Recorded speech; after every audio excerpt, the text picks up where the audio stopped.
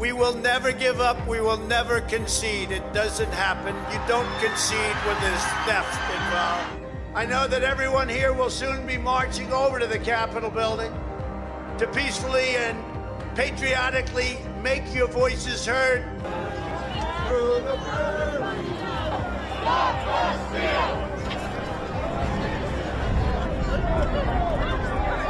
Speaking, we go to the Capitol.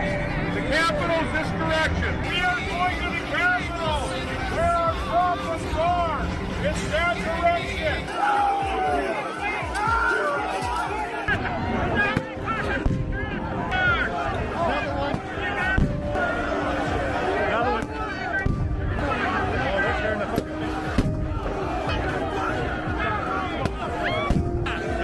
Look out! Stop!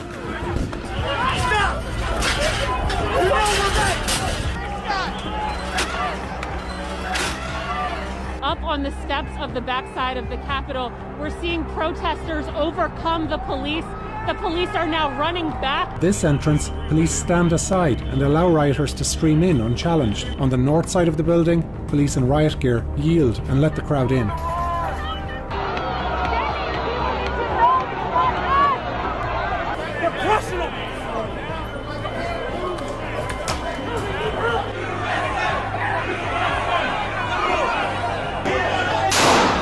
This is looking at inside, or look at this, these protesters are inside Statuary Hall right now. You see the statues. This is a moment I never saw in my life. These individuals just rushed through security. They are inside Statuary Hall.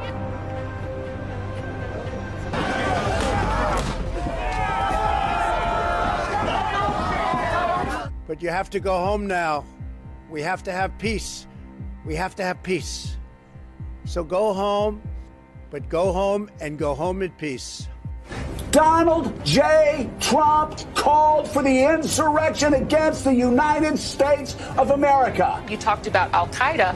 What has he done in terms of incitement, right, that Osama bin Laden didn't do? Each of these people should be shamed, and they're going to go back, you know, to the Olive Garden and to the Holiday Inn that they're staying at. The way that we in the media speak about this is so important. Today was terrorism. We call them terrorists. Terrorists. Domestic terrorists. Domestic terrorists. Domestic terrorists. These people are not Americans. Kevin McCarthy was on Fox calling this un-American. Marco Rubio. I don't know. There's a lot of empty rhetoric. There's a lot of empty concern. And if Donald Trump Jr., Rudy Giuliani, and Donald Trump are not arrested today for insurrection and taken to jail, and boom, Trump supporters come in and you open the doors for them.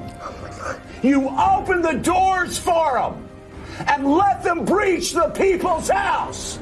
I'm not against sending these people to Gitmo. By MAGA terrorists, the MAGA terrorist mob. A terrorist attack on the U.S. Capitol. Far-right domestic terrorism, a huge problem in this country. You talked about Al-Qaeda. What has he done in terms of incitement, right, that Osama bin Laden didn't do? No external terrorists ever did this to us. We've never worried like this, even after 9/11. But there were 74 plus million people who voted for him. The worst attack on our democracy since the Civil War. Hey! Hey, man. Glad to see you guys. You got Patriots. Look at this guy. He's got everyone's blood. God bless you. Any chance I can get you guys to be the same way? We will. I've been making sure they ain't disrespecting the place. Officer Brian Sicknick died after being hit in the head with a fire extinguisher during the hours-long attack. They beat a Capitol police officer to death with a fire extinguisher. Officer Brian Sicknick died after being hit in the head with a fire extinguisher during the fight. He died at the age of 42 after he was bludgeoned with a fire extinguisher. Do you anticipate sedition charges against some of these suspects? I believe the facts do support those charges. Has there been any insurrection charges? I don't believe so. Well, I spoke to some folks who said that there were weapons recovered. What they mean by armed is guns. That's not necessarily what arms mean. Like you can't whoop somebody without a gun. Or with bear spray. Yeah. Or with pepper spray. How many firearms were confiscated in the Capitol or on Capitol grounds during that day? To my knowledge, we have not recovered any on that day from any other arrests at the scene at this point. Less than a week before Joe Biden is sworn in as the next president, the nation's capital has transformed from a tourist attraction to a military zone. The Pentagon confirming the FBI vetting about 25,000 National Guard troops over concerns of a potential insider attack. We should point out there's no evidence of any threats at this point. By Inauguration Day, 20,000 troops will occupy the area, many armed. Tonight, D.C. is planning to lock down more streets ahead of Inauguration Day. Razor wire will be installed on the fence surrounding the U.S. Capitol behind a 7-foot unscalable fence. You see military vehicles and the National Guard surrounding buildings. Outside the House chamber today, a rare and truly stunning sight. National Guard members sleeping on the marble floors of the Capitol overnight, stationed there to protect the building against any threat. Meantime, at the White House, the soon-to-be former president continues to shatter norms. He looks small. He just looks like a small man. What a difference 4 years makes. He had a very impressive, huge crowd at his inauguration. It's going to be a little pathetic, a tiny little crowd at Joint Base Andrews, where he's going to say goodbye. He's almost leaving town like an autocrat, ousted from power, heading off into exile. He leaves with the lowest approval ratings of any president after one term in the history of scientific polling. And here is President-elect Biden and soon-to-be First Lady Jill Biden. They waited for Donald Trump to have his moment. They are going to go to mass right now. There's a cleansing. There's an air of cleansing about today. The cause of democracy. The people, the will of the people has been heard, and the will of the people has been heeded. We've learned again that democracy is precious. Democracy is fragile. And at this hour, my friends, democracy has prevailed. I've been listening to these inaugural addresses since 1961. John F. Kennedy, ask not. I thought this was the best inaugural address I ever heard. Tonight, a third article of impeachment served to the Senate against Donald Trump. This ceremony, the handing over of the impeachment, just a year from the last article walkover by House managers, all of this done in context. We must remember what brought us to this point. We must remember what happened on January 6th. ISIS did not have a domestic constituency in the United States Congress. And the question is, how are we going to really almost deprogram these people? I guarantee you that virtually every county in this country has some sort of extremist presence. If you voted for Trump, you voted for the person who the Klan supported. So I wanted to ensure, and our office wanted to ensure, that there was shock and awe, that we could charge as many people as possible. The FBI confirms Weebling was arrested this morning. In January, the FBI arrested former HPD officer Tam Pham. The FBI arrested Nashville bartender Eric Munchel. Montoni was arrested. Investigators also picked up Joshua Lawler. 2 Kansas women have been arrested now in connection to that January 6th insurrection at the U.S. Capitol. Federal agents on their block raiding a home. Some investigators with Joint Terrorism Task Force written on their jackets. The FBI arrested Bradley Weeks of Baker County Thursday morning. It's what brought dozens of police seen on video from inside this McClinney Waffle House. It was just before 6 a.m. when a team of agents with shields, weapons drawn, descended on the home of Glenn Allen Brooks, former UCLA student Christian Shakur. This was the FBI bust at his Costa Mesa home back in February. News 4 cameras were rolling as federal and local law enforcement raided the home of Lake St. Louis man believed to have been involved in the Capitol riots. Surveillance video shows federal agents outside Adam Honeycutt's girlfriend's home. The FBI descends on 2 Manhattan apartment buildings. He was arrested today. We're looking at a video of his arrest when he was taken into custody by federal agents. Domestic terrorism from white supremacists is the most lethal terrorist threat in the homeland. The biggest threat to Americans is not jihadists overseas. It's homegrown domestic terrorists inspired by white supremacists. Is domestic violent extremism. Domestic terrorism is our #1 threat. What we need is to take the laws we already have and apply them to white people. If we can go after international terrorists, why can't we do it at home? You can't hide from the FBI. And if your friends, neighbors, and ex-wives don't jam you up, facial recognition is going to.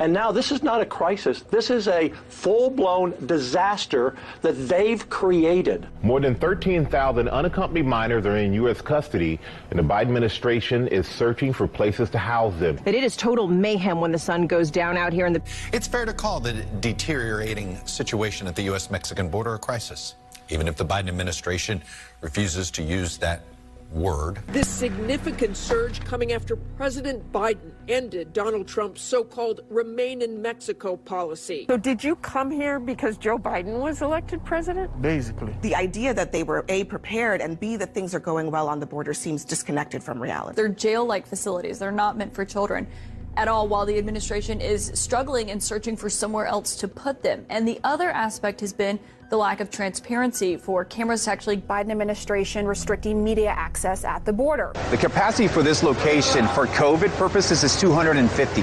You know, we're holding over 4,100. We're way over capacity. We're like 700% over capacity. Do you have plans to visit the border? Not today. Overnight, the frantic flow of migrants was relentless. There are now more than 17,000 unaccompanied children in U.S. government custody. The Texas Department of Public Safety tells us the surge has been nonstop. Some families taking a drastic step, choosing to separate, sending their children alone over the border because they know the Biden administration will let them stay. The U.S. Border Patrol apprehended nearly 180,000 migrants trying to cross the border in April, the highest number in 20 years. Americans don't see a lot of that on a daily basis. What they do see at their own border, children being lowered over fences, children coming in with, phone numbers stenciled on their hand. Yeah. Okay. Do you have any plans to visit the border? At some point, we are going to the border. We've been to the border. So this whole thing about the border, we've been to the border. We've been to the border. You haven't been to the border. And I haven't been to Europe. And I don't understand the point that you're making. We learned last night that in July, more than 19,000 unaccompanied children were encountered. That already surpasses the record in March. So in July, DHS is anticipating 210,000 arrests. All federal employees must be fully vaccinated by November 22nd. A conservative think tank obtained a Border Patrol document which shows nearly half of the agents have not registered their vaccination status. 10% who did register have not received any doses yet. In a worst-case scenario, more than half of all Border Patrol agents could be fired under the new federal vaccine mandate.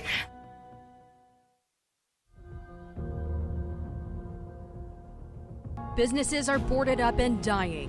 Crime is skyrocketing, and the homeless crisis has reached a breaking point. Uncontrolled vandalism that has forced businesses to close. Nightly shootings have Portlanders on edge. Just got to be careful here with some gunshots. Excuse us.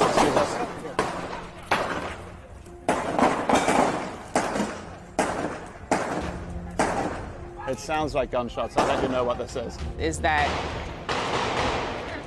wonderful? Gunfire interrupts St. Louis Mayor Tashara Jones today as she talks about what the city needs to do to reduce gun violence. 3 people stopped to take cell phone video of a man filling a garbage bag with items in a San Francisco Walgreens. I live in this city, and I see this constantly. Unable to justify profit-crushing theft, stores are closing. That the city of Los Angeles has lost a decade of progress in beating back crime. Crime is not out of control in our city. In fact, crime is on the decline. Destroying property which can be replaced is not violence. Just returned told us that the briefcase and the luggage case that was right on top was taken. Now, we also spotted another car across the street also getting broken into. It's to be a perpetual cycle of smash and grabs, hour after hour. If they think that they're going to go back to the old ways of policing, then we're going to take to the streets again. There will be riots, there will be fire, and there will be bloodshed. Despite the glaring evidence and the violent assault that sent the 30-year-old officer to the hospital, one day later, Thompson is back on the street, freed without bail. While some of these images, of course, are shocking to look at, they are absolutely not surprising to anyone who lives in San Francisco. No. The district attorney has signaled there, we're just not going to prosecute property crimes. We're going to do it at a much lower rate than it's ever been done. And about 10 people stormed into the store, pulled out guns, and just started piling stuff into suitcases. San Francisco is out of control. Portland is out of control. There are people who logically do not want to come downtown. A mother and her toddler targeted in their Hancock Park driveway by brazen thieves. The victim opens her gate and walks in with the stroller, the two suspects following in behind her. 14 people arrested from those, all back out on the street, and you say that they're out in the street faster than the paperwork can be done. A man facing charges for allegedly raping a woman on a busy SEPTA subway train. No one tried to help her. Philadelphia has recorded its 500th homicide of the year. In a video, the woman was being chased before the gunman shot her 3 times at close range. Yesterday's shooting makes 2021 the deadliest year in the city since 1990. Today, District Attorney Larry Krasner said there is no major spike in violent crime and no reason for people to be fearful of gun violence when they come into the city. But basically, we don't have a crisis of lawlessness. We don't have a crisis of crime. We don't have a crisis of violence. Does the president still think that crime is up because of the pandemic? I think many people have conveyed that. So when a huge group of criminals organizes themselves and they want to go loot a store, a CVS, a Nordstrom, a Home Depot, until the shelves are clean, you think that's because of the pandemic? I think a root cause in a lot of communities is the pandemic, yes.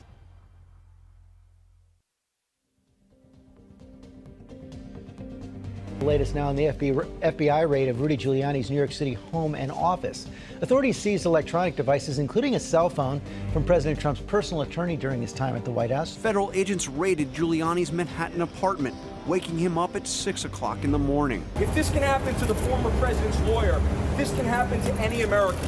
Federal agents also seized the computer of Giuliani's longtime personal assistant, and George, they issued a subpoena for her. Were you aware of that raid before it happened? I give him my word I was not. I made a pledge. Again, I'm warning you, if you are a progressive that may cheer on Rudy Giuliani getting in the newspaper, I promise you this is un-American. And when they turn on people that you support or a member of your family, you'll understand just how dangerous and how un-American this is. The Trump Organization's longtime CFO appearing in handcuffs, indicted tonight along with the company that bears the former president's name. These charges are unprecedented. They are unique. All of this is on the books and records of the company. That's how they know about it. In 244 years, we have not had a local prosecutor go after a former president of the United States. I'm not entirely sure there were any taxable fringe benefit cases brought in federal court last year. This is not something,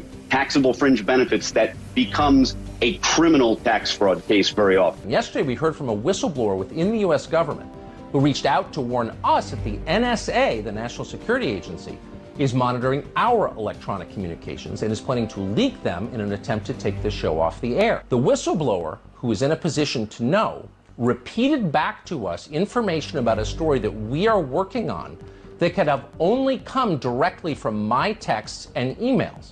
The Biden administration is spying on us. We have confirmed that. The FBI raided the home of Project Veritas CEO and founder James O'Keefe, along with other Project Veritas journalists, as part of an investigation into a diary believed to have been written by Joe Biden's daughter, Ashley. But I woke up to a pre-dawn raid, banging on my door, and there were 10 FBI agents with a battering ram. They turned me around, handcuffed me, and threw me against the hallway. They confiscated my phone. They raided my apartment. And the question is, why is this a federal crime? You know, this is a missing diary. Also, this is occurring long after the loss of this diary. Has this investigation been going on since the start of the administration? But it also brings up memories of how the FBI has intervened in the past for Biden family members. Spying on opposition journalists is incompatible with democracy.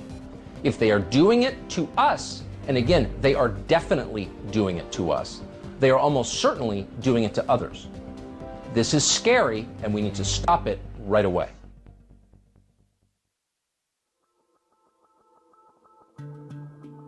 So far this year, at least 14 states have passed new laws that make it harder to vote.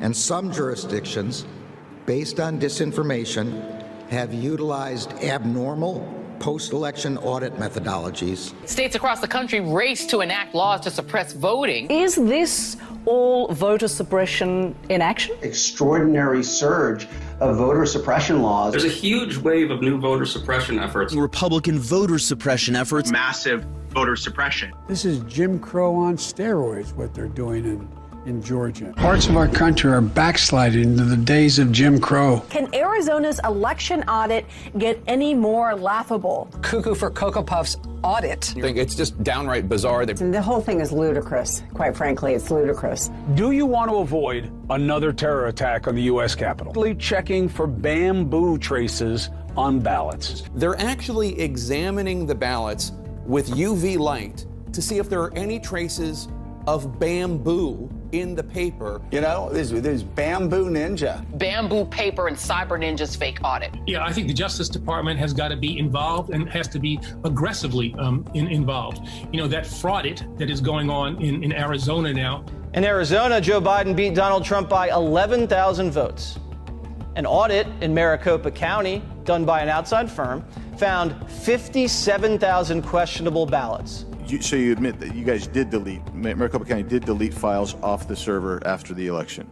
That are archived. Can you explain to me why data was still present for prior elections on the databases in and of itself? Yeah, again, I don't have an answer to that question, but... And the audit wasn't as thorough as it could have been because Arizona officials wouldn't fully cooperate, and some evidence was removed and destroyed.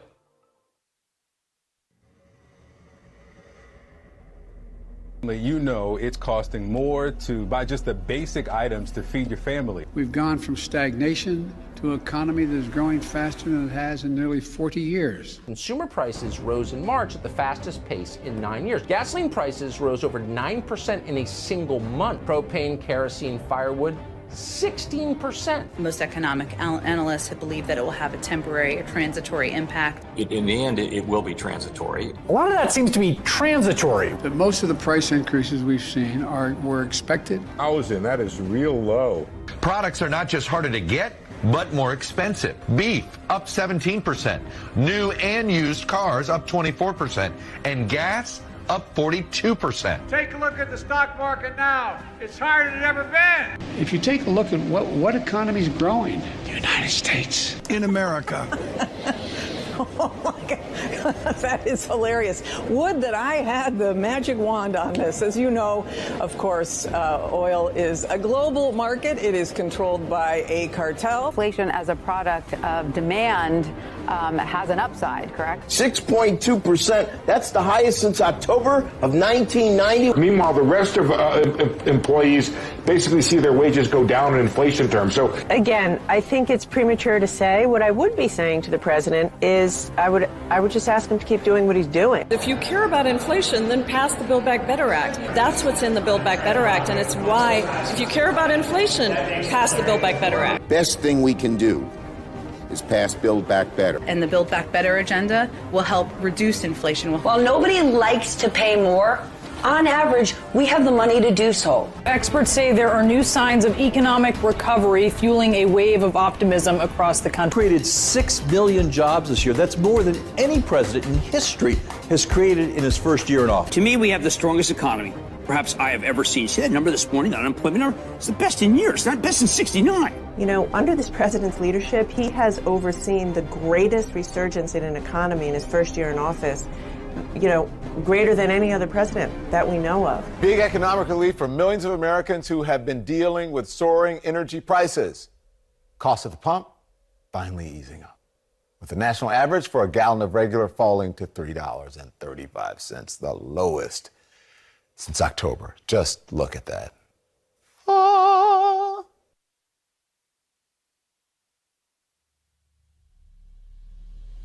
We'll not conduct a hasty rush to the exit. We'll do it responsibly, deliberately, and safely. conduct our retrograde in a safe, orderly, and responsible fashion. Our plan is to maintain an embassy there. Not long ago, Bagram was the epicenter of America's longest war.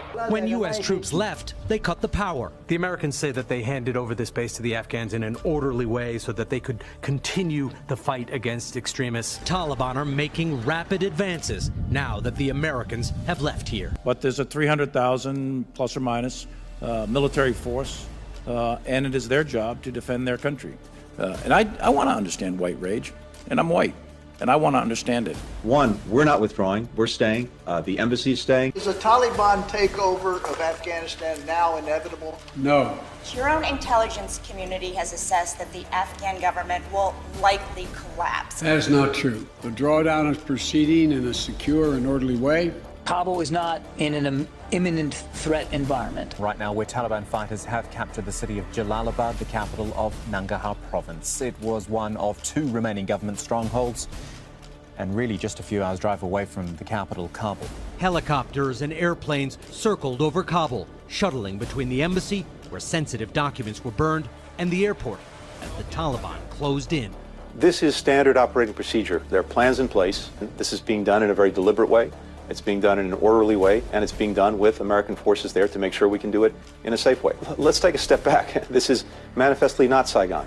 The fact of the matter is this. The Taliban are now in complete control of Afghanistan.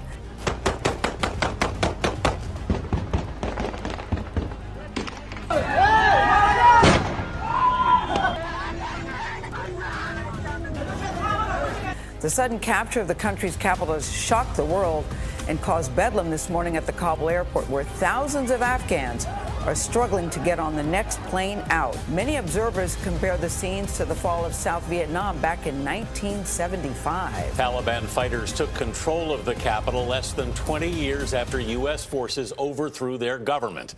Afghanistan's president fled the country, and much of the population is in hiding. The desperation is undeniable as Afghans fleeing the Taliban scramble to climb onto a C-17, taking off from Kabul airport. This video appears to show those who couldn't hang on. The Kabul airport, where U.S. troops are scrambling to fly Americans and allies out of the country. But anyone trying to get to the airport has to pass through Taliban checkpoints, and not everyone's getting through.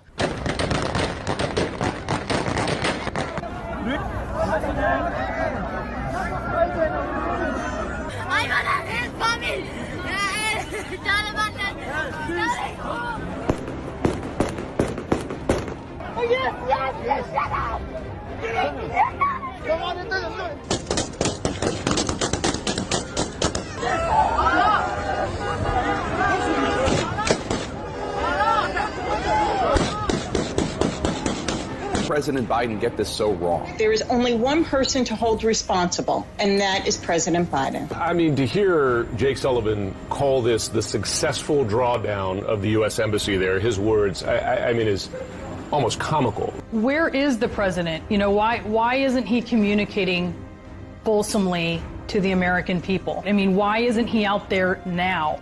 Kabul fell yesterday.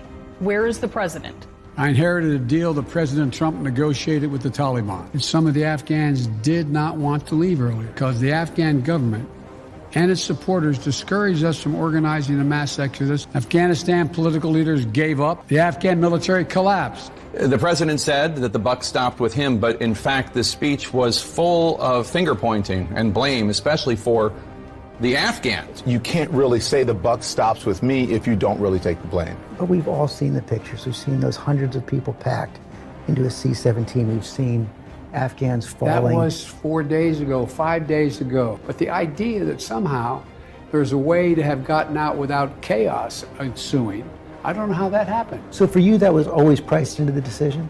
Yes. And then what he also said was he insisted that the United States had planned for all contingencies, including the rapid fall of Kabul. There was nothing that I or anyone else saw that indicated a collapse of this army and this government in 11 days. This is about America leading the world, and all our allies have agreed with that. But let me be clear. Any American who wants to come home, we will get you home. It is insane. There are people holding their American passports. There are people that work with the Americans, and they're not letting anyone in. The completion by August 31st depends upon the Taliban continuing to cooperate. Does the U.S. military consider the Taliban an enemy? We're our focus right now. The thing we're working against. The suicide bombing did occur at the Abbey Gate. There are Afghan casualties, as you just heard. There are at least 3 injuries to American service members who were standing at that gate. The State Department put out the alert yesterday that Americans should not come to the gates. Concerns that ISIS or other bad actors would try to disrupt in these final days, the Americans pulling out so as to look as though they are pushing the Americans out. At this time, we know that 12 U.S. service members have been killed in the attack, and 15 more service members have been injured. And we're doing everything we can to be prepared for those attacks. That includes reaching out to the Taliban, who are actually providing the outer security cordon around the airfield, to make sure they know what we expect them to do to protect us. We will not forgive. We will not forget. We will hunt you down and make you pay. Today in Afghanistan, the U.S. striking back, delivering on the promise of retaliation for a suicide bombing at Kabul airport 48 hours earlier. A CENTCOM spokesman said the target is believed to have been killed with no known civilian casualties. I am now convinced that as many as 10 civilians, including up to 7 children, were tragically killed in that strike. It is unlikely that the vehicle and those who died were associated with ISIS-K. That stunning admission from the Pentagon that a drone strike in Kabul amid the chaotic U.S. withdrawal from Afghanistan killed 10 civilians with no connection to ISIS-K. But at this point, we think that the procedures were correctly followed and it was a righteous strike. How does it strike you that no one is held accountable? Because I know how it strikes a lot of people around the world, that you can get away with murder and nobody's punished for it. I'm not supposed to take any questions, but go ahead. Mr. President, on Afghanistan. I'm not going to answer Afghanistan now. Can you say if there's still an acute risk? We believe that we're down to a population of 300 or fewer American citizens. We believe there are still a small number of Americans, under 200, and likely closer to 100, who remain in Afghanistan and want to leave. And are you committed to making sure that the troops stay until every American who wants to be out is out? Yes, I think we'll get there. So Americans should understand that troops might have to be there beyond August 31st. No, Americans should understand that we're going to try to get it done before August 31st. But if we don't, the troops will stay. If we don't, we'll determine at the time who's left. And if there are American forces, if there's American citizens left, we're going to stay till we get them all out. I'm here to announce the completion of our withdrawal from Afghanistan, and I believe our Department of State is going to work very hard to allow any American citizens that are left, and we think the citizens that were not brought out number in the low, very low hundreds. The concept of no man left behind is centuries old, and it is a concrete commitment that inspires loyalty. Do we still believe in that commitment? Inside Afghanistan tonight, the State Department revealing there are 225 Americans still stranded, more than they initially announced. Why is it that there are still Americans stranded in Afghanistan? 479 left behind is a lot higher than the 100 to 200. And if there are American forces, if there's American citizens left, we're going to stay till we get them all out. The extraordinary success of this mission, so we were ready when the Afghan security forces, after 2 decades of fighting for their country and losing thousands of their own, did not hold on as long as anyone expected. We were ready when they and the people of Afghanistan watched their own government collapse. This is the way the mission was designed. It was designed to operate under severe stress and attack, and that's what it did.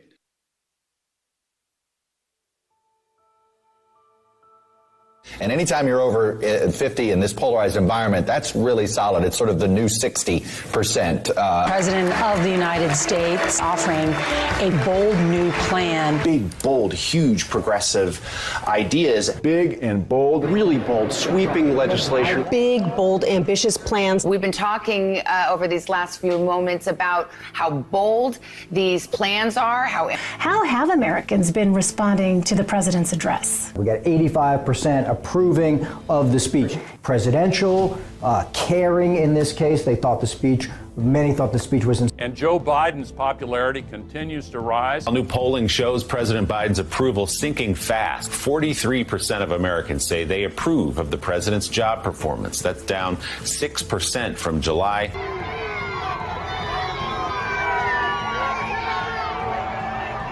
These new poll numbers, frankly, are brutal for the president. Only 38% of Americans approve. Just 22% of adults say we're headed in the right direction. A shocking 71% say we're on the wrong track. The president is now polling about as badly as the former president ever did. My polling numbers are the same, essentially what everyone from Bush to Clinton to all of Obama were at the same time. Brand new poll, and it's brutal for President Biden. I have to confess, I find Joe Biden's unpopularity puzzling.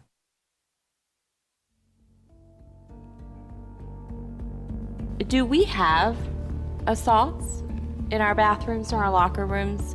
To my knowledge, we don't have any records of assaults occurring in our restrooms. Have we had any issues involving transgender students in our bathrooms or locker rooms since the passage of 1040?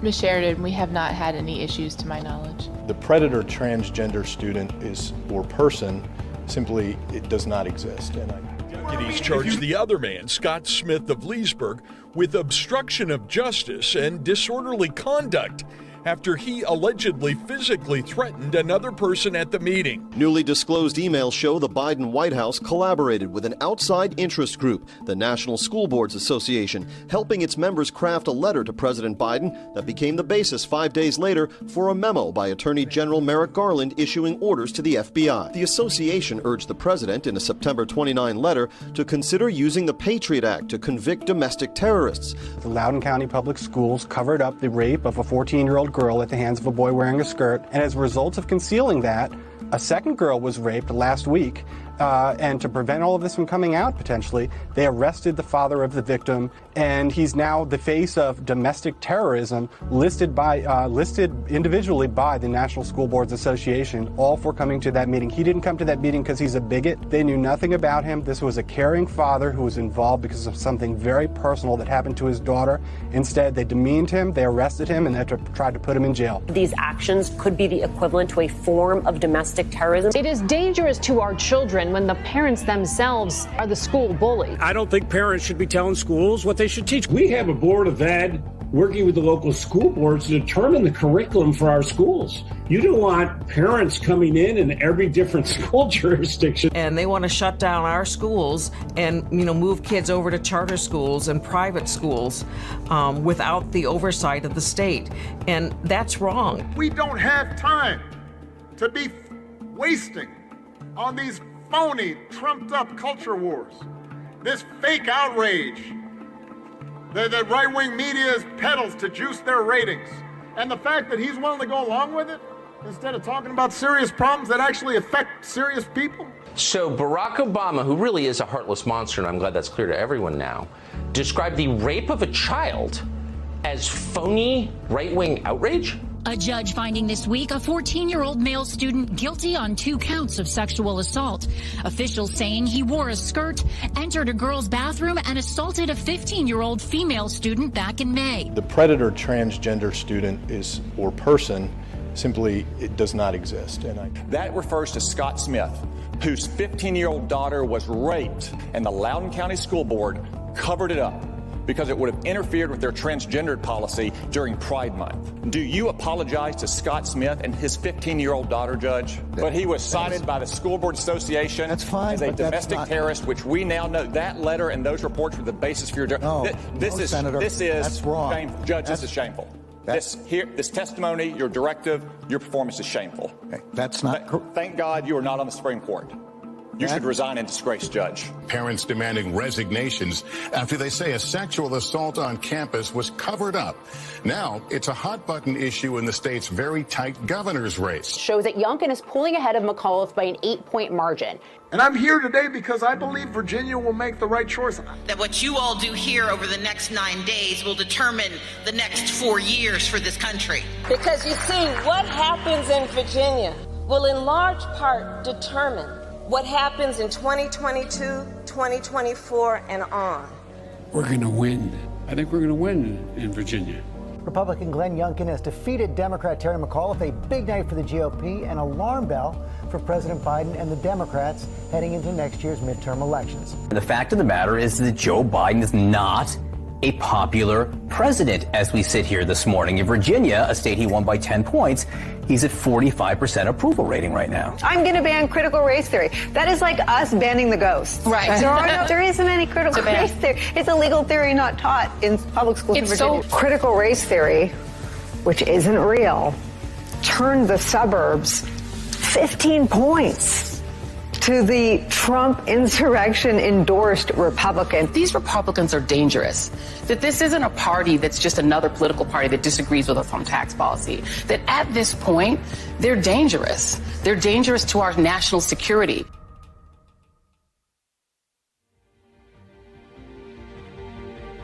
Congresswoman Maxine Waters appeared to incite protesters in Brooklyn Center, Minnesota. The California Congresswoman breaking the local curfew far from her home district. We're looking for a guilty verdict. Well, we got to stay on the street. We've got to get more confrontational. This as tensions remain high with a verdict in the Derek Chauvin trial expected this week. I'm aware that Congresswoman Waters was talking specifically about this trial. I wish elected officials would stop talking about this case, especially in a manner that is disrespectful to the rule of law and to the judicial branch and our function. Guilty on all three counts. Guilty second-degree murder, guilty third-degree murder, guilty second-degree manslaughter. Such a verdict is also much too rare.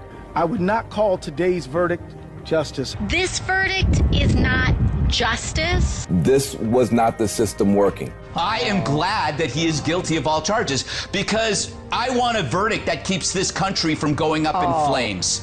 Almost 1,000 people have been murdered by police, have been killed by police since George Floyd lost his life. Many of us still live in fear as we go to the grocery store or worry about walking our dogs or allowing our children to get a license. Rittenhouse is basically what you would have had in a school shooter. Cross state lines to supposedly protect property? No, he was going out to shoot people. Vigilante. The vigilante, teenage vigilante. A 17-year-old vigilante, arguably a domestic terrorist. A guy who's deeply racist. Just running around, shooting and killing protesters. And that crowd was right. And that crowd was full of heroes. That crowd did something that, honestly, I'm not sure I would have had the courage to do. You lose the right to self-defense when you're the one who brought the gun. He brought a gun to a fist fight.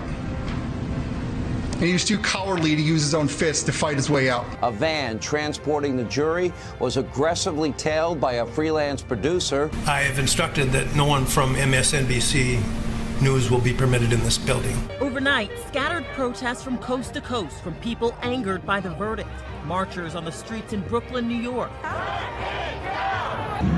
riot declared in Portland, Oregon. But in Kenosha, Wisconsin, the center of it all, a sigh of relief and a peaceful night after a jury acquitted Kyle Rittenhouse of all counts Friday. Of a biased, racist judge. The fact that white supremacists roam the halls of Congress freely and celebrate this little murderous white supremacist. The thing that occurred to me after this ruling is, oh, well, okay, now it's just open season. Like if I'm walking around and I'm a white nationalist, coward little kid with an AR-15, and I see somebody drive by with a Black Lives Matter bumper sticker and I feel threatened, I can open fire. But for the authoritarians among us, this is a disaster. They can't let it go. Why? Because they understand the Rittenhouse case is a referendum on the most basic right of all, the ancient right of self-defense. If Kyle Rittenhouse can save his own life from the mob, then you can too. And that drives them insane.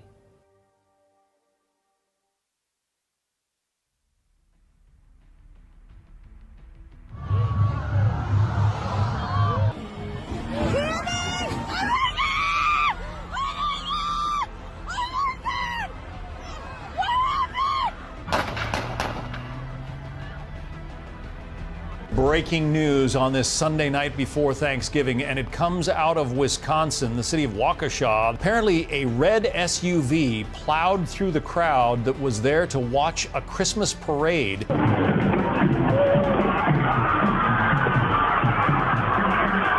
Subject was taken into custody a short distance from the scene, and we are confident he acted alone. There is no evidence that this is a terrorist incident. This is not a terrorist event. Waukesha will hold a moment of silence today, marking 1 week since a car drove through a city Christmas parade, killing 6 people and injuring scores of others. Democrats like to focus on the weapon when they don't want to make villains out of the criminals, when that criminal kind of flies in the face of the narrative that they're pushing. Why hasn't the president visited the members of this Christmas parade attack? The Waukesha Christmas parade attack left 6 people dead after Darrell Brooks Jr. purposely plowed his car into a crowd. A black nationalist and convicted sex offender with a felony rap sheet posted low bail twice this year after punching his girlfriend in the face and running her over with his car. Joe Biden dead silent on the Waukesha massacre, but wouldn't shut up about Kyle Rittenhouse last year. Or in the racist politics of the Democratic Party, it's a non-event.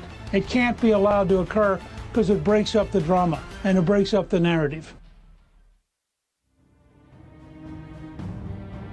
The special counsel appointed by former President Trump's Justice Department to investigate the Russia investigation, John Durham, has now charged a prominent Democratic lawyer. Michael Sussman is a former federal prosecutor and prominent cybersecurity lawyer who represented the Democrats, including the Hillary Clinton campaign. Biden's now National Security Advisor, Jake Sullivan. He was in this web of Democrat insiders as Hillary's foreign policy advisor. He knew about the fake Trump-Russia Alpha Bank story. An analyst who was a key source for the Steele dossier was arrested this morning. Igor Danchenko, he's a Russian-born analyst living in the United States. With 5 counts of lying to the FBI and creating a false narrative during the Trump-Russia investigation in 2017, is linked to a longtime Clinton ad man, Dolan. They had to be closely connected in order to coordinate what they were feeding each other. That there was collusion involving the Clinton campaign and Russians to create a dossier. And this indictment brings it right to the doorstep of Hillary Clinton. It brings it right to the doorstep of the Clinton campaign and the Democrat Party. This was a theft from the American people. They elected their president. His time, his energy, and that of his staffers were stolen. Thousands upon thousands of hours were stolen by rogue bureaucrats working in our intelligence services, in the FBI, and across the government to impose their will over the will of the American people. Everyone associated with the Steele dossier, with its creation, its peddling to the FBI, and its use by law enforcement authorities against the Trump campaign illegally, is in criminal jeopardy right now.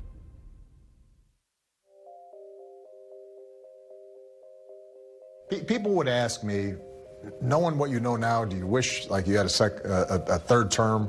If I could make an arrangement where I had a stand-in, a front man or front woman, and they had an earpiece in, and I was just in my basement in my sweats, looking through the stuff, and then I could sort of deliver the lines, but somebody else was doing all the talking and ceremony. I'd be fine with that because I found the work fascinating.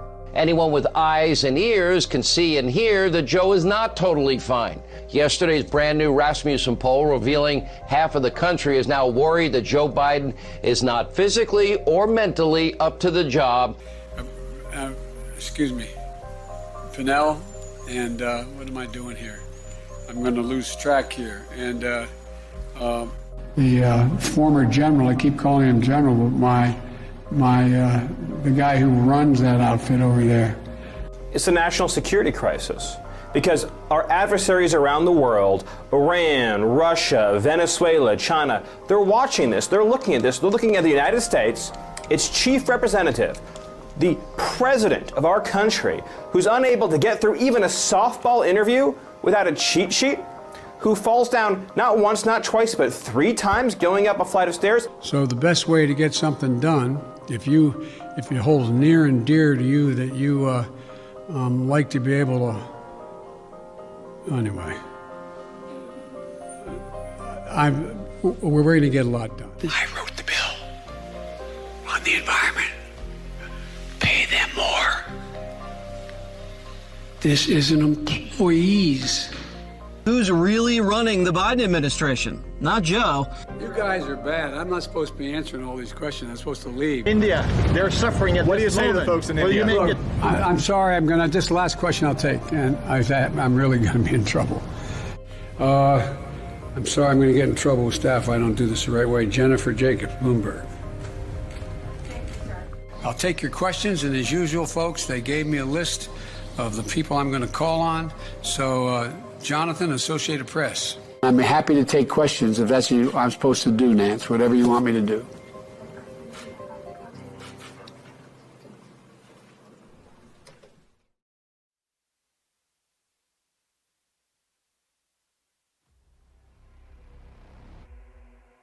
If we do all this, if we do our part, if we do this together, by July the 4th, there's a good chance you, your families and friends will be able to get together in your backyard or in your neighborhood and have a cookout or a barbecue and celebrate Independence Day. If you're vaccinated, you can do all these things. Here are all these freedoms that you have. We need to shun those that refuse to get vaccinated. We want to give people a sense that they have the freedom to choose. There should be more mandates. There really should be. It needs to be hard for people to remain unvaccinated. If you're a school teacher, if you're a nurse, if you're a cop, you need to get vaccinated. And if you don't, you need to look for another job. Don't get the vaccine, you can't go to the supermarket. Don't have the vaccine, you can't go to the ball game. Don't have the vaccine, can't go to work. Many of us are frustrated with the nearly 80 million Americans who are still not vaccinated, but our patience is wearing thin, and your refusal has cost all of us. For the vast majority of you who've gotten vaccinated, I understand your anger at those who haven't gotten vaccinated. This is a pandemic of the unvaccinated. This is not about freedom or personal choice. If these governors won't help us beat the pandemic, I will use my power as president to get them out of the way. That he should approach this with an iron fist. There comes a time when you do have to give up what you consider your individual right of making your own decision. Look, you can stay unvaccinated if you want, but you're not going to be able to travel to see your family. Screw your freedom. Freedom. I have the freedom to kill you with my COVID. No, I mean, come on, freedom. The federal government needs to require vaccines, including booster shots, for everyone in America. So it's time to admit that we have to go to war against COVID. Require vaccination universally. Have the military run it. And so everybody talks about freedom and not to have a shot or have a test. Well, guess what? How about patriotism? How about making sure that you're vaccinated so you do not spread the disease to anybody else? What about that? What's the big deal?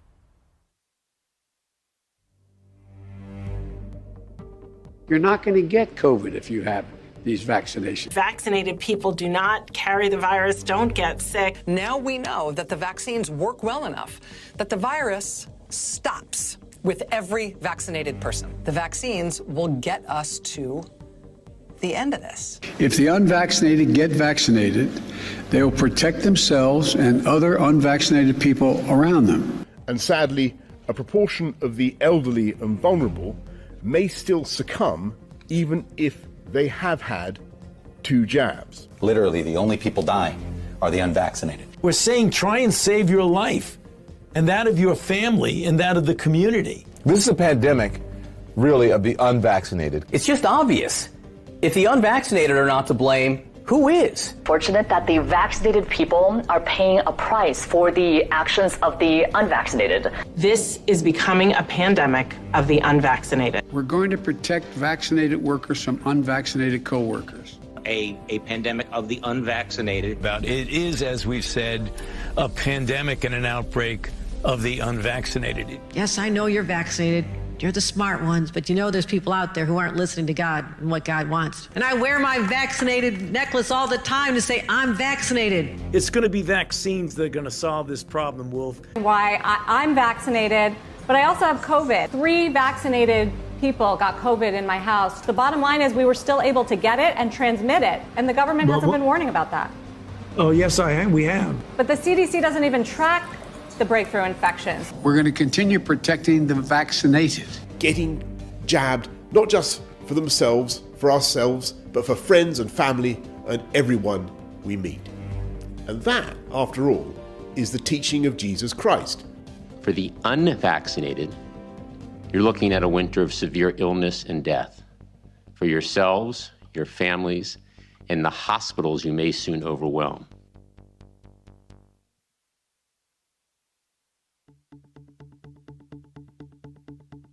The player collapsed during practice. Collapsing during the game. Collapsing on the tennis court. He collapsed. A player has just collapsed. It seems that there's a second player who's collapsed. This is unusual.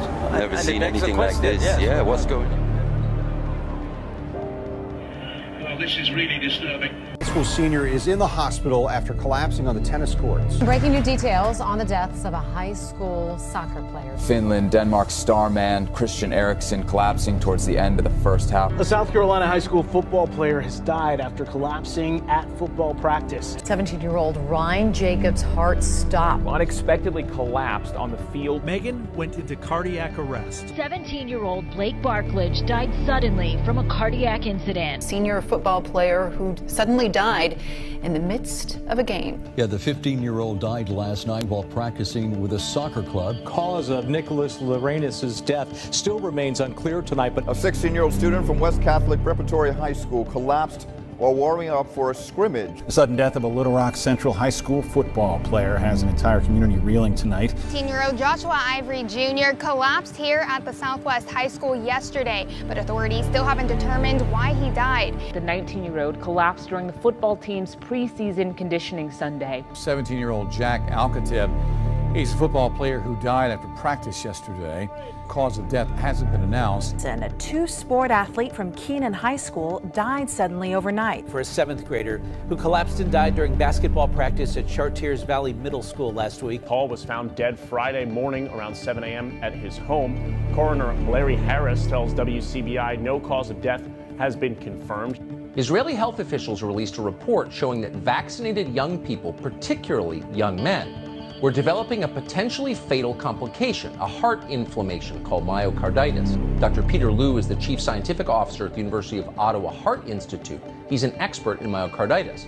Liu began to notice heart inflammation in patients who'd received the vaccine. It is more than coincidental, he said. I mean, I have a lot of interaction with the cardiology community across the UK.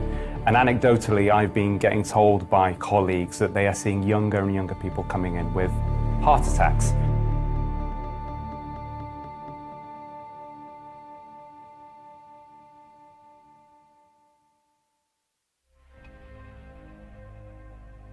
But you could get still infected and have virus in your nasopharynx, which means that even though you're vaccinated, you feel well, you could conceivably spread it to someone else. So that's the main reason for wearing the mask, even though you've been vaccinated. Once someone's been fully vaccinated, is it a free pass? Can they loosen up on wearing masks or washing their hands? No. If you and a friend or you and a family member are both vaccinated, you can have dinner together, wearing masks without distancing. Andrew, I'm fully vaccinated. I still wear a mask. If you've been fully vaccinated, you no longer need to wear a mask. Anyone who is fully vaccinated can participate in indoor and outdoor activities, large or small, without wearing a mask. If you are fully vaccinated, you no longer need to wear a mask. It's vaxxed or masked. The CDC hasn't changed, and the CDC hasn't really flip-flopped at all. The CDC recommends you wear a mask when you're in public and indoors. That's true for both the vaccinated and the unvaccinated. We'll double the fines on travelers that refuse to mask. If you break the rules, be prepared to pay. And by the way, show some respect. Are we going to get to the point where we won't have to wear masks on airplanes? I don't think so. Cloth masks are little more than facial decorations. There's no place for them in light of masks are not appropriate for this pandemic. It's not appropriate for Omicron. It was not appropriate for Delta, Alpha, or any of the previous variants either, because we're dealing with something that's airborne.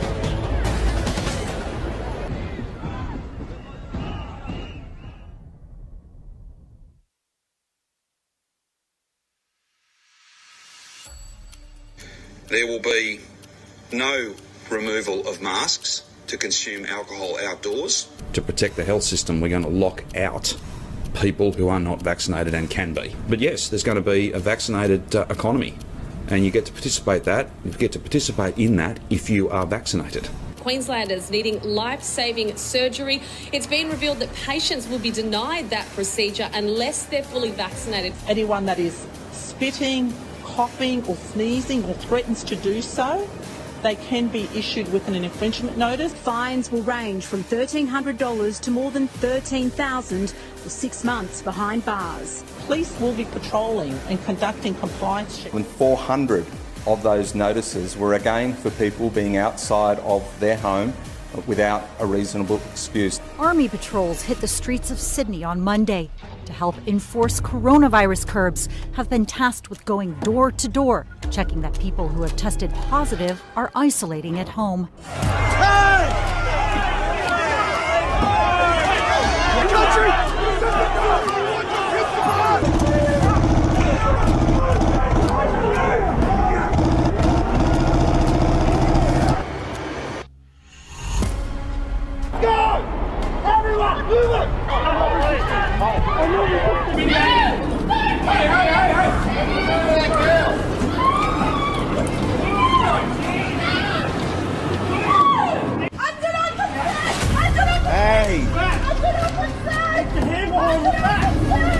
Heavily armed police surrounded the mob, moving in with rubber bullets and tear gas, continuing Melbourne's dismal week of violence.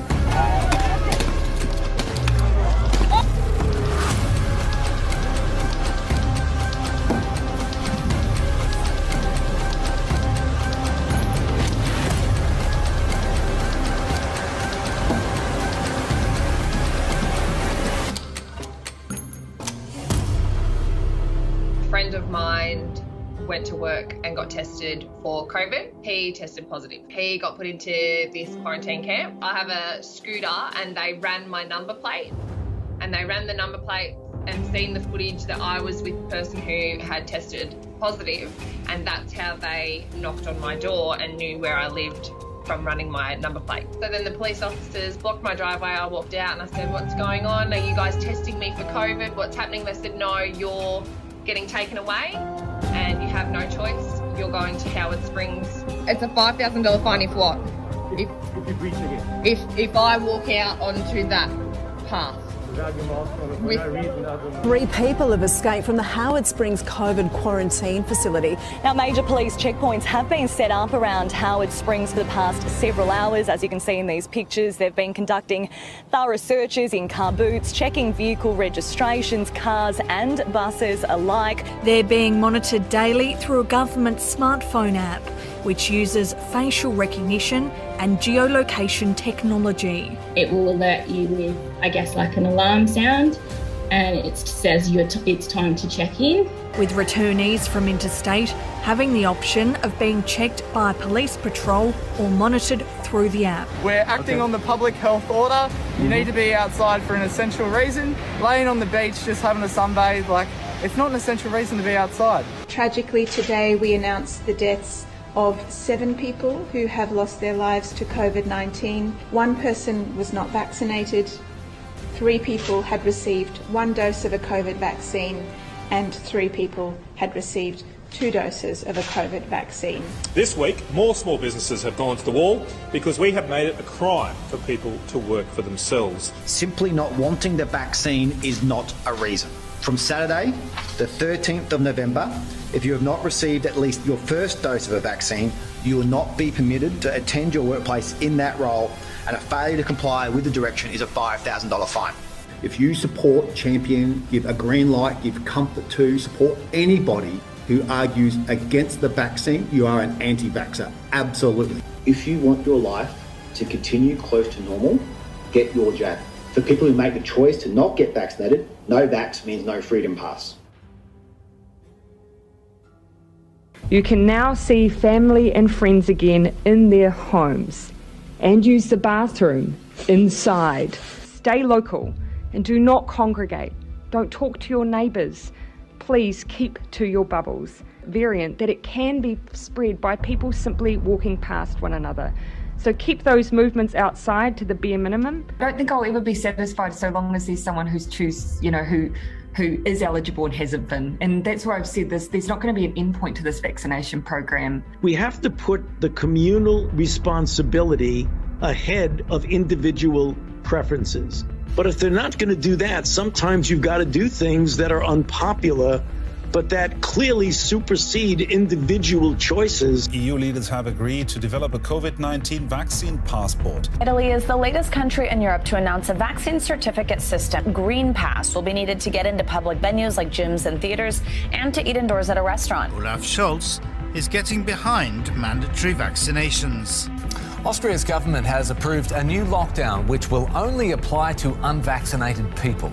Austria will become the first European nation to make vaccinations compulsory from February. Unvaccinated people will be banned from many public facilities and non-essential shops. The unvaccinated people are not able to go into restaurants, bars, shops now across the country.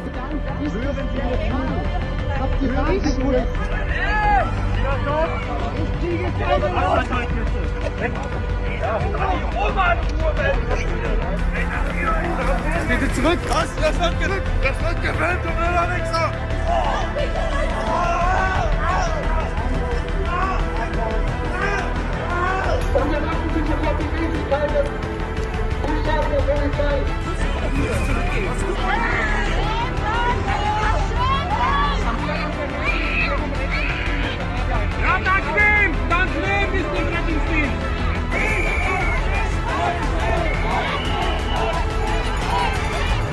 A special COVID health pass is needed to get into more places. Going to a restaurant, a bar, or catching a longer distance train, that all requires a QR code, which gives proof of vaccination. This is what cafe culture now looks like in Paris. Police roaming the streets, checking that people have a license to dine. Patrons need to show proof of vaccination, immunity or a negative test before taking a seat at their favourite cafe. France is hoping millions more will now roll up their sleeves for a bigger slice of freedom.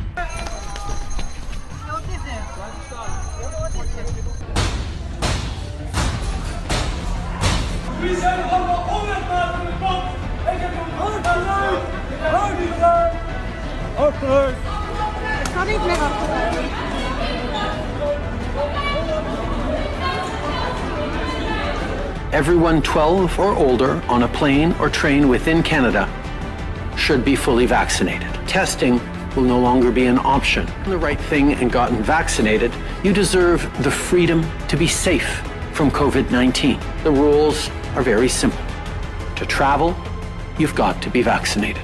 At the train station in Montreal, Via Rail agents handed out these orange stickers to travelers who proved they're vaccinated. But what's really going on inside these quarantine hotels? Travelers returning from banned countries are claiming they're being neglected. You don't have fresh air, you can't exercise, you can't leave.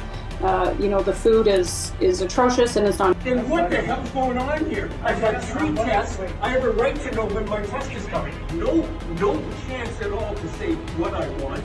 Can't work, can't eat, and I request somebody else back here. And this is what you guys do with the company. Even if I want to eat. This is unbelievable. Unbelievable. No right. No rights at all. This is what you guys do. Are you guys gonna Yeah, you have the card? I know, but you don't have it, then you're gonna have to leave. And so everybody talks about freedom and not to have a shot or have a test. Well, guess what? So how about patriotism? What's the big deal? No, I mean, come on, freedom. The Trumpet Daily. Are we living in the last days? Some dismiss the notion as fanatical, but world leaders and news analysts are issuing warnings that are becoming more and more dire. Could Bible prophecies about the last days actually be accurate? Our brochure can help guide you through the relevant news and history and help you compare these events to what the Bible says. Are we living in the last days? This brochure is available for free right now at thetrumpet.com. The Trumpet Daily. All right, so we're making our way through the end of the year montages. We've prepared 3 of them. The first one, by the way, was yesterday. You can go to thetrumpet.com/live to watch that one. That one went on for about 50 minutes. An excellent review of America Under Attack, basically.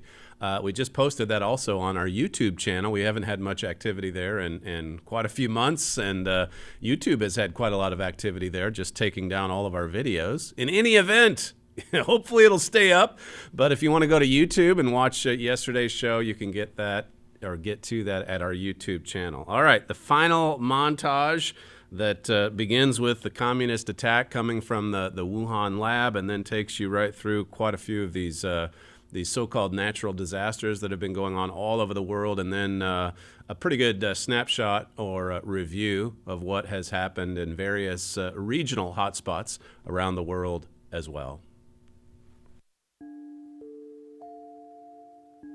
But it surely is a big coincidence that this virus started not up in some remote mountain village with caves full of bats, but rather in downtown Wuhan. And yes, I think a lot of people have egg on their face. This was an idea that was first put forward by Mike Pompeo, Secretary of State, Donald Trump, and look, some things may be true even if Donald Trump said them. These kinds of lab leaks happen all the time, actually. Even here in the United States, we've had mishaps. Is that there seemed to be lack of openness to pursue both hypotheses. And yet, what we witnessed was the scientific community went on heavy to try to stop any open debate about the origin of this virus.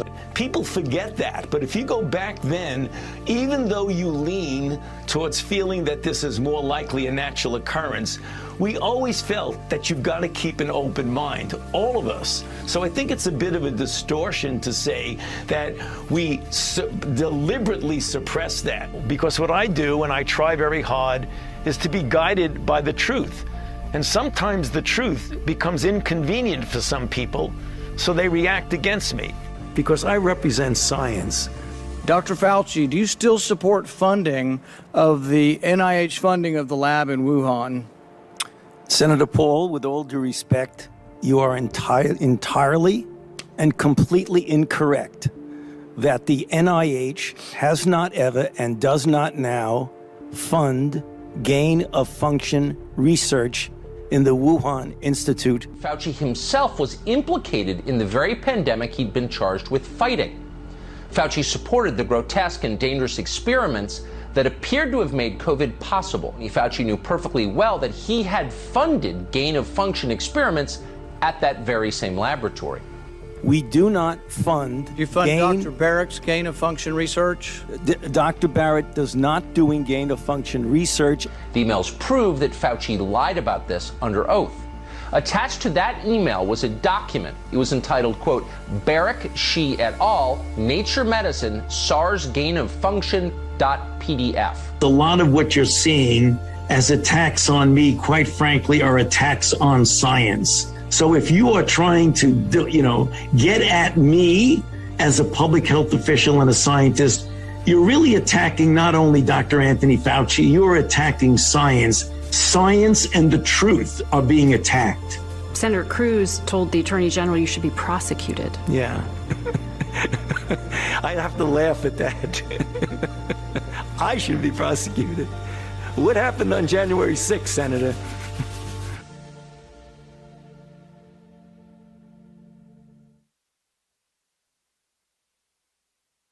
This morning, Arctic air, power grids failing, and millions left to cope with the bitter cold. At least 20 people have died, including an 8-year-old girl and a woman. Meanwhile, states across the West are facing dangerous drought conditions. The first ever federal water shortage declaration for the Colorado River Basin. 107 at Portland International right now. That equals Portland's all-time record high. In Oregon and Washington, more than 1,100 people have been treated for heat-related illnesses since the start of the heat wave. Across the region, rolling blackouts. The extreme heat and ongoing drought in the West are combining to make for a very difficult fire season. Been more than 65 major fires in western states that have burned close to 1 million acres so far. We begin tonight with devastating weather in Tennessee. More than 20 people are dead.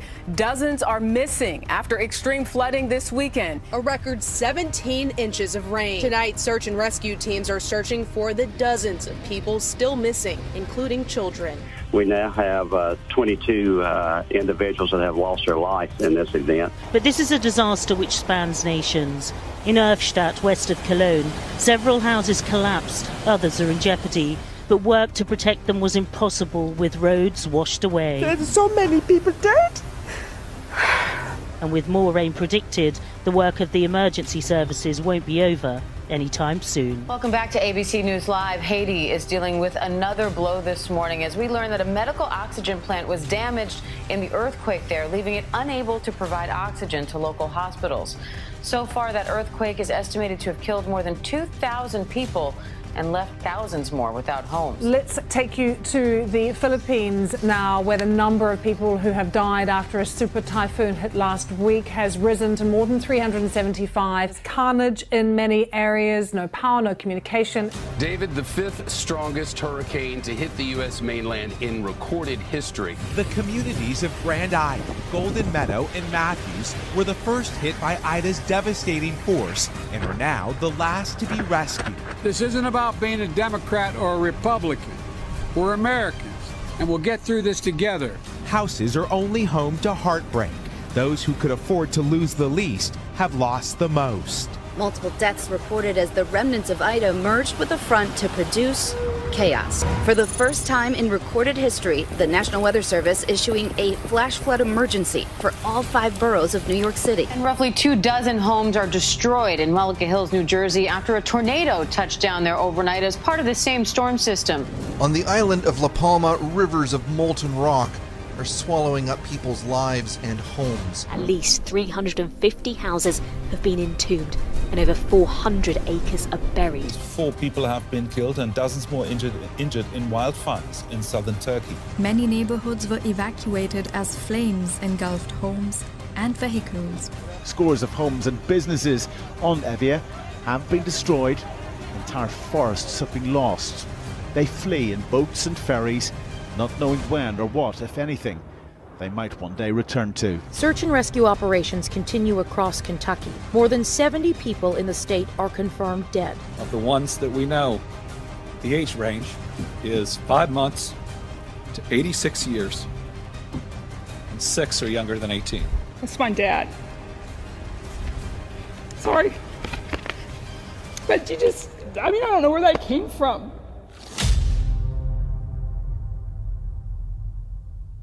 I just want to say we are looking at the results of climate change.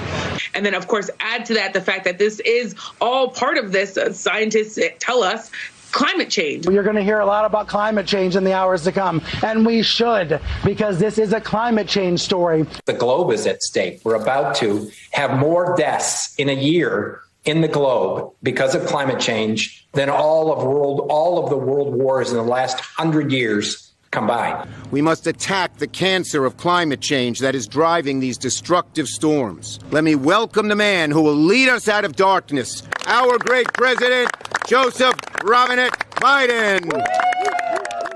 You can make the world that is once again full of hope, not fear. This is my message from earth to come. On behalf of We the 15. Day of the president's overseas tour, and he was seen on camera with his eyes closed. It appears that perhaps he was dozing. These can be embarrassing situations. You have the contrast of leaders, including President Biden, calling for the urgency of these issues of addressing climate, and a moment like that in a session can be a political obstacle for him.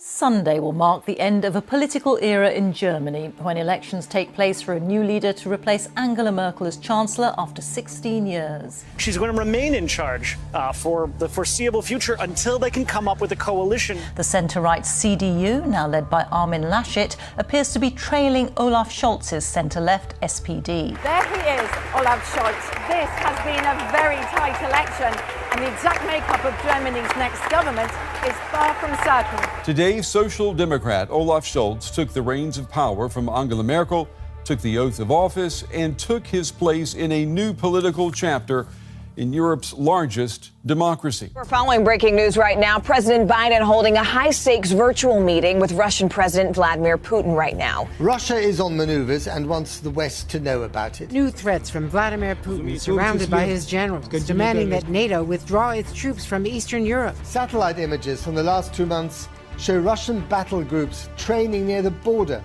Violent clashes erupting between Polish border forces and the migrants. Belarusian dictator Alexander Lukashenko, angry at EU sanctions, is accused of trying to foment a crisis on Europe's doorstep as payback.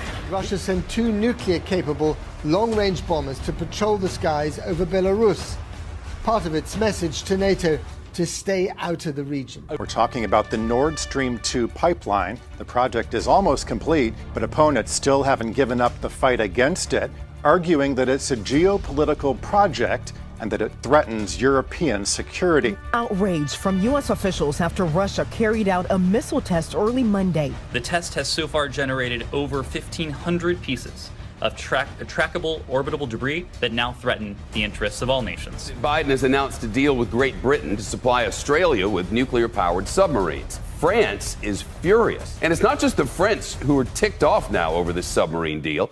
China's accusing the U.S. of stoking a new arms race. Chinese state media warning Australia that it's now an adversary and to prepare for the worst. China is once again criticizing the country staging a diplomatic boycott of the Beijing Winter Games.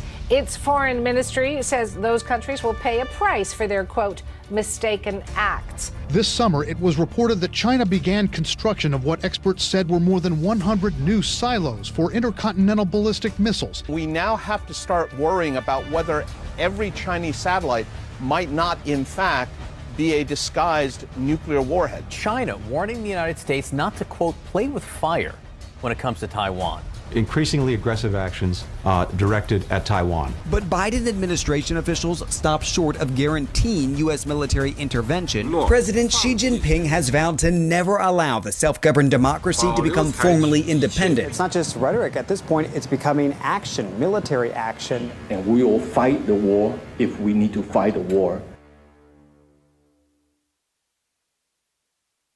A massive cargo ship spending a third day stuck in Egypt's Suez Canal, clogging one of the busiest shipping routes in the world. There's about $3 billion worth of goods that normally would traverse this canal every single day. This ship being stalled in the Suez is costing the globe billions of dollars. Egypt says it hopes to be able to dislodge the ship soon and reopen the canal. But experts fear it could be weeks before that's possible. A maritime accident with global implications. It has been 3 months since President Biden ended American military involvement in the war in Yemen. The U.S. Embassy compound in Yemen was stormed by Iran-backed Houthi rebels. Using the raid to take hostages and equipment. I am deeply concerned for the safety of the Yemeni locals who were kidnapped while protecting our embassy. We are extremely concerned by reports of detentions of some of our local Yemeni employees in Sana'a. Employees of the U.S. Embassy in Sana'a, Yemen, still hostages of the vicious Iran-backed Houthi rebels. Now let's talk about Ethiopia. It's under a state of emergency. A year-long conflict between the government and a rebel group is escalating. The government's telling people in the capital to take up arms. Evidence emerging from the conflict in Ethiopia suggesting war crimes have been committed. The whole community here is in mourning as they burn the remnants of destruction.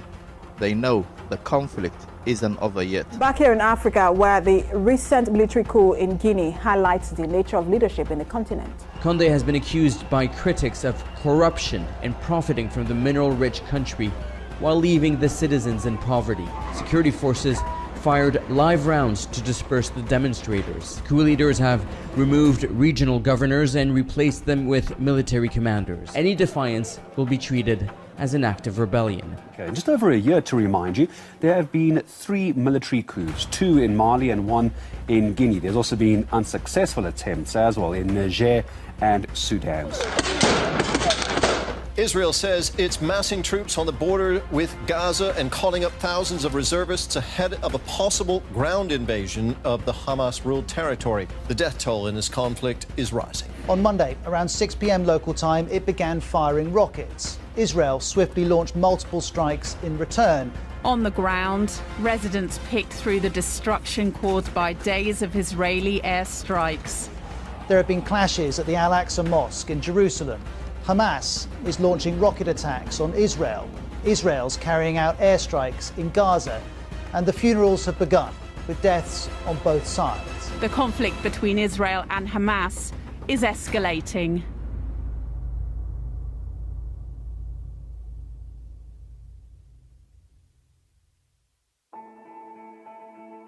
Prince Harry has just publicly addressed the decision by him and his wife Meghan to leave their royal lives behind. Our hope was to continue serving the Queen, the Commonwealth and my military associations, but without public funding.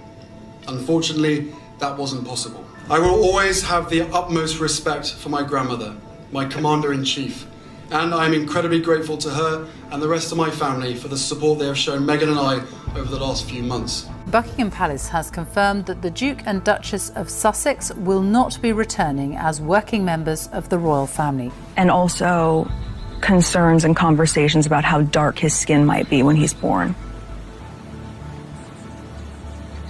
What? They did not stand up for their own, because their own was married to a black woman, had a black child. They didn't listen to him inside of the royal family. They let him go. They let him leave the country. They wouldn't come to terms with what they wanted to do. Morgan stormed off his morning show on Tuesday amid very heated discussions about Markle. I thought it was 2 hours of disingenuous, horrible, one-sided, self-serving, delusional claptrap. But the inferences in this interview that the royal family is harbouring racists, and in particular, the one of them may be the Queen, because Meghan Markle lies. Don't believe almost anything that comes out of her mouth, and I think the damage she's done to the British monarchy and to the Queen at a time when Prince Philip is lying in hospital is enormous. Over 24,000 people this year have illegally entered Britain, and this is an ongoing direct threat to our national security. Local time to reports of a stabbing. It happened in Leigh-on-Sea.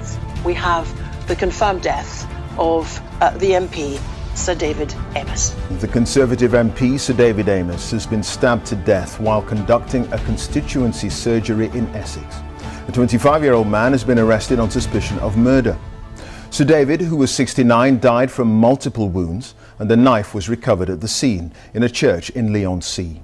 As Health Secretary, Matt Hancock had the most important job in government when the country's greatest peacetime crisis struck. His credibility ultimately strained to breaking point by his own actions. Hancock was central to setting the terms of lockdowns that put unprecedented restrictions on personal freedoms and policed the most intimate elements of people's lives. In the second wave, when mixing remained illegal indoors, Hancock told people not to hug their grandma. A newspaper front page a few days later told a different story. Matt Hancock's personal transgressions in public office proving an offence even Boris Johnson could not forgive. Those of us who make these rules have got to stick by them, and that's why I've got to resign.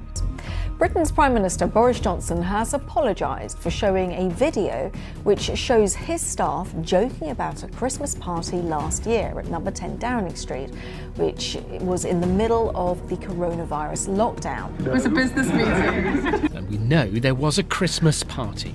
And it was not socially distanced. The video is so damaging for Boris Johnson because for a week he's defended those in it, just as he defended Matt Hancock and Dominic Cummings, and it's left him exposed. And Buckingham Palace has just announced that the Duke of Edinburgh has died. He was 99 years old. His Royal Highness passed away peacefully this morning at Windsor Castle. Prince Philip was the longest-serving royal consort in British history. He was at the Queen's side for more than 70 years. It was a breathtaking goodbye. Under the bluest of skies, polished metal glinted, and heads were bowed. As what you might call the Duke's second family. 700 members of the British Armed Forces waited to say farewell to a serviceman, a naval officer, and one of the last veterans of the Second World War.